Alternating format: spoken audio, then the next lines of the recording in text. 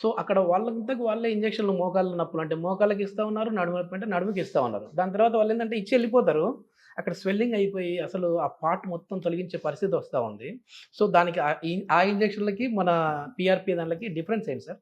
తెలియని వాళ్ళ కోసం. స్టెరాయిడ్ అనగానే అది ఒక పెద్ద విషంలాగా, ఒక పాయిజన్ లాగా మొత్తం మన కంట్రీ అంతా అనుకుంటారు. అది స్టెరాయిడ్ అమ్మో స్టెరాయిడ్ అని. స్టెరాయిడ్ యాక్చువల్‌గా చాలా మంచిది. కాకపోతే మిస్‌యూజ్ అయిపోయింది. ఓకే. ఎంత డోస్‌లో ఎంత అద్భుతమైన టాబ్లెట్, అద్భుతమైన ఇంజెక్షన్ అంటే కరెక్ట్‌గా యూజ్ చేస్తే చాలా బాగా పనిచేస్తుందన్నమాట. ఎందుకంటే టెంపరరీగా పనిచేస్తుంది. ఓకే. సో ఇది ఏమైంది, పురాతన కాలం నుంచి స్టెరాయిడ్ వాడడము, ఎంబీబీఎస్ డాక్టర్లు వాడడం, తర్వాత లోకల్ డాక్టర్స్ ఆర్ఎంపీలు ఎవరైతే వాడుతున్నారో దానివల్ల ఏమైందంటే అది కరెక్ట్గా యూజ్ చేస్తే బాగానే పోతుంది. అది మిస్యూజ్ అయిందనుకోండి, ఆ స్టెరాయిడ్ వల్ల లాంగ్ టర్మ్లోకి వచ్చే కాంప్లికేషన్స్ ఎక్కువ ఉంటాయి. అంటే ఇప్పుడు ఒక స్టెరాయిడ్ టాబ్లెట్ పెట్టాం, వెంటనే నొప్పులు తగ్గిపోతాయి, జాయింట్ పెయిన్లు. అది ఏదో వారమో 10 రోజులు వాడచ్చు, జీవితాంతం వాడతారు. ఎందుకు? మెడికల్ షాప్ పోవడము, ఆ స్టెరాయిడ్ టాబ్లెట్ తెచ్చుకోవడం. లేదు, కొంతమంది అర్హత లేని డాక్టర్లు ఏం చేస్తారు, ఈ స్టెరాయిడ్ ఇంజెక్షన్ మోకాల్లో ఇస్తుంటారు.